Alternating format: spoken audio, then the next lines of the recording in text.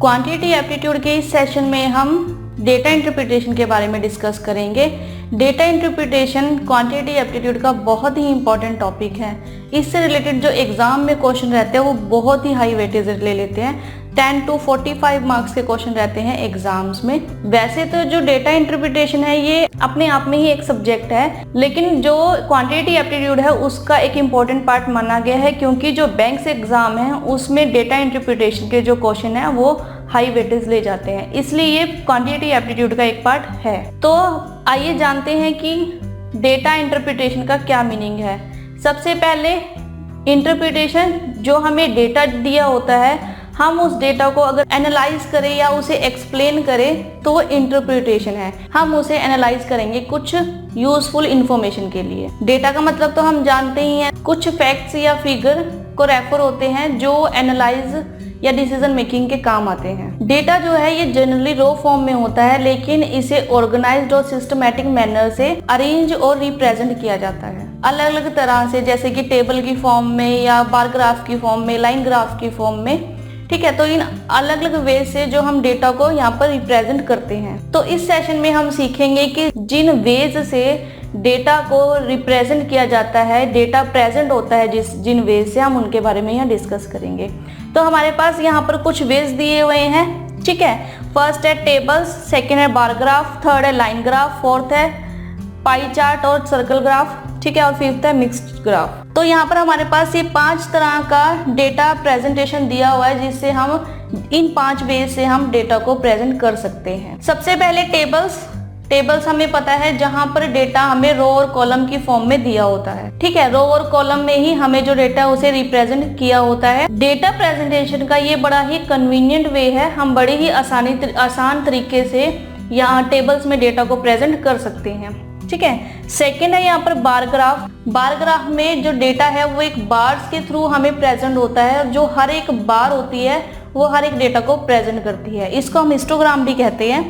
ठीक है, नेक्स्ट है लाइन ग्राफ। लाइन ग्राफ में जो डेटा है वो हमें एक लाइन की फॉर्म में शो होता है, एक्स और वाई प्लॉट में, और लाइन ग्राफ को हम कॉन्टिजन ग्राफ भी कहते हैं। नेक्स्ट है यहाँ पे पाई चार्ट और सर्कल चार्ट। पाई चार्ट और सर्कल चार्ट में हमें जो डेटा है वो, जहां पर हम एक सर्कल को पार्ट्स में डिवाइड कर देते हैं और उन पार्ट्स के अकॉर्डिंग वहाँ डेटा प्रेजेंट हुआ होता है। ठीक है, जो कि हमारे पास परसेंटेज बेस्ड होता है कि 25% अगर एक सर्कल है और एक सर्कल में पार्ट्स को डिवाइड किया गया, 25% ए का है, 35% बी का है। इस तरह से हम वहाँ डिवाइड करके पाई चार्ट में डेटा को रिप्रेजेंट करते हैं। लास्ट वन है यहाँ पर मिक्स्ड ग्राफ। मिक्स्ड ग्राफ में हमें जो ऊपर ग्राफ दिए हुए हैं, tables, bar graph, line graph और पाई चार्ट, इनका मिक्सचर हमें दिया होता है। जैसे कि माना कि हमें इन 2 ग्राफ्स में डेटा दिया हुआ है, बार ग्राफ में और लाइन ग्राफ में।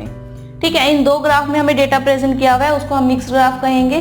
ठीक है, या फिर टेबल और बार ग्राफ के कॉम्बिनेशन में हमें डेटा प्रेजेंट करके दिया हुआ है, या फिर पाई चार्ट और बार चार्ट में, या फिर पाई चार्ट और टेबल्स की फॉर्म में हमें डेटा दिया हुआ है। 2 तरह के ग्राफ्स में हमें डेटा प्रेजेंट करके दिया हुआ है, तो वो मिक्स्ड ग्राफ होगा। ठीक है, तो ये है कुछ वे जहां पर हम डेटा को प्रेजेंट करेंगे इन वेज से। डेटा इंटरप्रिटेशन के क्वेश्चन करने से पहले हम इससे रिलेटेड इंपॉर्टेंट पार्ट जान लेते हैं, जिन पर बेस्ड जो डीआई के क्वेश्चन है वो रहते हैं। ठीक है, तो मोस्टली जो डेटा इंटरप्रिटेशन के क्वेश्चन है वो 3 एरिया से रिलेटेड रहते हैं, परसेंटेज से, एवरेज से और रेशो से। ठीक है, तो हम ये टॉपिक पहले भी डिस्कस कर चुके हैं क्वांटिटी एप्टीट्यूड में।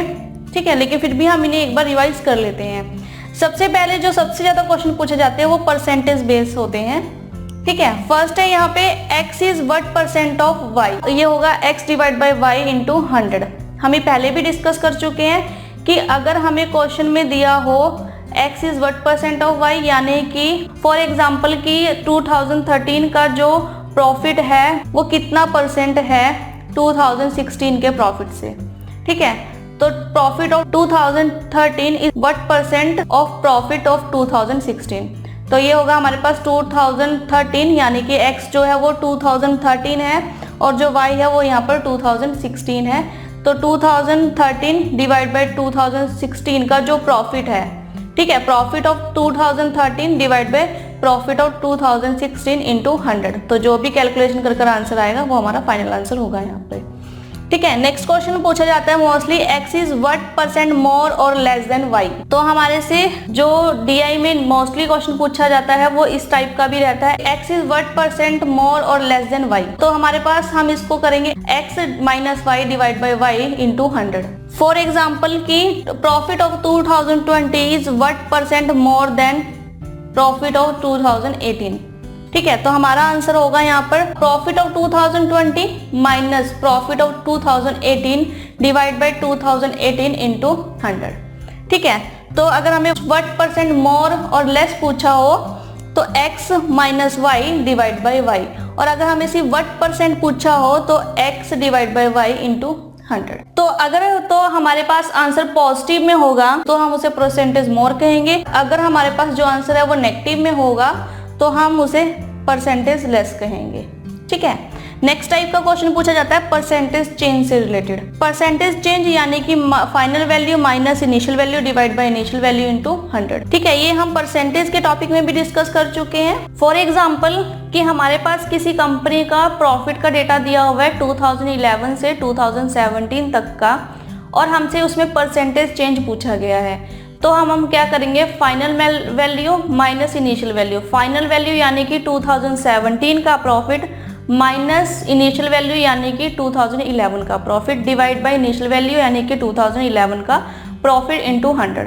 ठीक है, जो भी हमें प्रॉफिट की वैल्यू वहां पर दी होगी हम उसे पुट ऑन करके फाइनल आंसर को यहाँ पर फाइंड आउट कर लेंगे। इसको करने का एक तरीका ये है, final value minus initial value divide by initial value into 100, या फिर हम इसे कह सकते हैं difference divide by initial value into 100। तो ये दोनों तरह से हो सकता है, final value minus initial value यानी कि डिफरेंस। ठीक है, difference divide by initial value into 100। ठीक है, परसेंटेज चेंज को हम और नाम से भी जानते हैं, जैसे कि परसेंटेज इंक्रीज और परसेंटेज डिक्रीज। तो परसेंटेज इंक्रीज तो भी final value minus initial value divide by initial value into 100, या फिर difference divide by initial value into 100।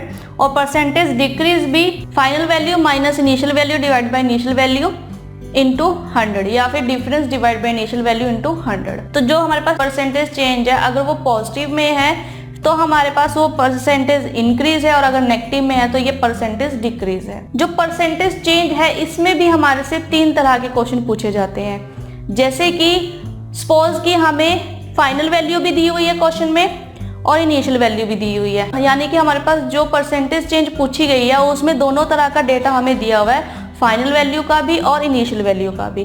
तो हम सिंपली पुट ऑन कर देंगे फाइनल वैल्यू। सपोज की जैसे अभी हमने एग्जांपल लिया था 2011 और 2017 तक का डेटा हमें दिया गया है और हमसे परसेंटेज चेंज पूछा गया उसमें, तो 2017 हमें पता है फाइनल वैल्यू है माइनस 2011 यानी कि इनिशियल वैल्यू है डिवाइड बाय 2011 यानी कि इनिशियल वैल्यू। ठीक है, और कई बार ऐसा होता है हमारे क्वेश्चन में कि परसेंटेज चेंज पूछा गया लेकिन हमें एक ही ईयर मेंशन है, सपोज कि हमें 2014 ईयर मेंशन है, तो हमारे पास फाइनल वैल्यू और इनिशियल वैल्यू क्या रहेगी। अगर तो हमारे पास एक ही ईयर मेंशन है तो फाइनल वैल्यू हम उस 1 ईयर को लेंगे जो भी हमें सपोज कि 2014 मेंशन है, तो 2014 हमारे पास फाइनल वैल्यू है और इनिशियल वैल्यू रहेगी उससे लास्ट ईयर जो से पीछे का साल था, यानी कि 2013 वहां पर इनिशियल वैल्यू रहेगी। ठीक है, तो 2014 का प्रॉफिट माइनस 2013 का प्रॉफिट डिवाइड बाय 2013 का प्रॉफिट इनटू 100। थर्ड तरह का क्वेश्चन जो हमसे पूछा जाता है वो हमसे पूछा जाता है सपोज कि हमें दोनों तरह की वैल्यूज स्पेसिफाइड है, फाइनल वैल्यू भी और इनिशियल वैल्यू भी, और हमसे क्वेश्चन पूछा जाता है कि परसेंटेज इंक्रीज और परसेंटेज डिक्रीज क्या है ओवर द ईयर का। ठीक है, तो हमारे पास यहाँ पे अगर ओवर द ईयर पूछा गया है तो हमें फाइनल वैल्यू होगी लास्ट ईयर, सपोज कि हमें 2011 से 2020 तक का डेटा दिया गया। ठीक है, तो फाइनल वैल्यू 2020 का डेटा। ठीक है, पॉपुलेशन, नंबर ऑफ पॉपुलेशन दिया हुआ है या फिर कोई प्रॉफिट दिया हुआ है, जो भी हमें वहाँ पे वैल्यूज दी हुई है तो हम उसे पुट ऑन करेंगे माइनस 2011 जो भी पॉपुलेशन है, तो पॉपुलेशन 2011 में कितनी थी, ठीक है, डिवाइड बाय 2011 इंटू 100। तो इसको भी हम ये करेंगे final minus initial divide by initial into 100 की हेल्प से। ठीक है, तो ये था हमारे पास परसेंटेज बेस्ड क्वेश्चन कि हमसे जो DI में मोस्टली क्वेश्चन पूछे जाते हैं वो परसेंटेज बेस्ड रहते हैं। सेकेंड टाइप के क्वेश्चन पूछे जाते हैं यहाँ पर एवरेज से रिलेटेड। एवरेज हम लोगों को पता है क्या होता है, sum of all the values divide by number of values.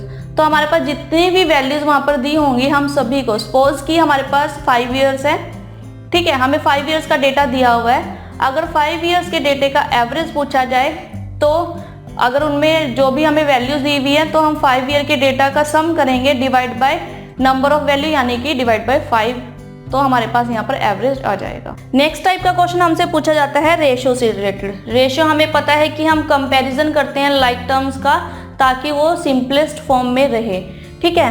तो रेशियो हमें पता है A रेशियो B या A/B। सपोज कि हमें 10 ईयर का डेटा दिया हुआ है किसी प्रॉफिट का और हमें 2013/2016 यहाँ पर फाइंड आउट करना है, यानी कि 2013 और 2016 का रेशियो फाइंड आउट करना है। तो हमारा आंसर होगा यहाँ पर 2013/2016, ठीक है। तो जो भी हमारी वैल्यूज रहेंगी 2013 और 2016 की, हम वहाँ पर रेशियो को फाइंड आउट कर सकते हैं। अब ये एक ही तरह का रेशियो हमने फाइंड आउट किया। दूसरी तरह का रेशियो हम फाइंड आउट करते हैं कि हमें 2 ईयर का डेटा दिया हुआ है। सपोज कि हमें डेटा दिया हुआ है 2013 और 2016 का इज टू 2018 और 2020 का, ठीक है। तो अगर हम इन दोनों को सम कर लेंगे, इन दोनों के डेटा को और इन दोनों के डेटा को, तो हम इनका यहाँ से रेशियो फाइंड आउट कर सकते हैं, ठीक है। तो इन 3 तरह के क्वेश्चन हमसे जनरली जो DI के क्वेश्चन है उनमें पूछे जाते हैं, ठीक है। तो ध्यान रहे कि जो DI है वो क्वांटिटेटिव एप्टीट्यूड में बड़ा ही हाई वेटेज लेकर जाते हैं। तो आप अगर इस पर प्रैक्टिस करते हैं DI पे तो आप हाई स्कोरिंग कर सकते हैं। अगर आप DI को अच्छे से सॉल्व कर लेते हैं तो क्वांटिटेटिव एप्टीट्यूड में आप हाई स्कोरिंग कर सकते हैं। तो अब हम जानते हैं कि जिस वे से हम डेटा को प्रेजेंट कर सकते हैं उन वे से हम कैसे डेटा को प्रेजेंट कर सकते हैं।